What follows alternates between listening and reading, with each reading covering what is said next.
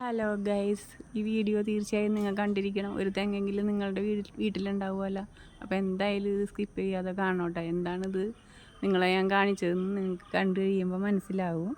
തീർച്ചയായും കണ്ടിരിക്കുക. Like, share, subscribe എന്തായാലും ചെയ്യണം. ഹെൽപ്പ് ചെയ്യണേ. ഇത് കണ്ടോ ഗൈസ്, എൻ്റെ വീട്ടിലൊരു തെങ്ങാണ് കേട്ടോ.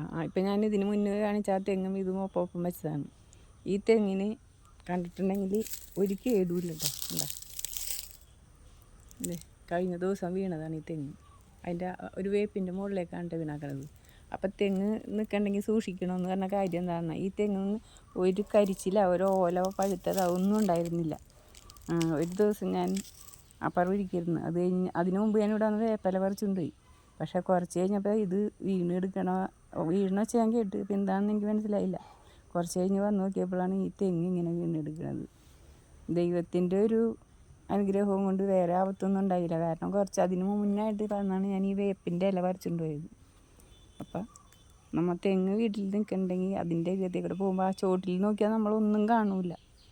അപ്പം ഒന്ന് സൂക്ഷിക്കുക. അതിന് വേണ്ടിയാണ് ഞാനിപ്പോൾ ഇത് കാണിച്ചു തന്നത്. കണ്ട, തേങ്ങയൊക്കെ ഉണ്ടായിരുന്നു. തേങ്ങയും കാണിച്ചു തരാം. കണ്ട, തേങ്ങയൊക്കെ ഉണ്ടായിരുന്നു. അതാണ് തെങ്ങിൻ്റെ തല. അപ്പം തെങ്ങ് വീട്ടിൽ നിൽക്കണമെങ്കിൽ അതിൻ്റെ ചോട്ടിൽ നമ്മൾ ശ്രദ്ധിച്ചാൽ കാണുമല്ലോ. പക്ഷേ അരിയത്തേക്കൂടെ പോകുമ്പോൾ എപ്പോഴാണെങ്കിലും ഒന്ന് ശ്രദ്ധിക്കുക. ലൈക്ക്, ഷെയർ, സബ്സ്ക്രൈബ്, ബെല്ലൈക്കണം കൂടി ഒന്ന് അമർത്തിക്കുമോ. അപ്പോൾ അടുത്ത തവണ കാണുന്നവരെ താങ്ക് യു ഫോർ വാച്ചിങ്.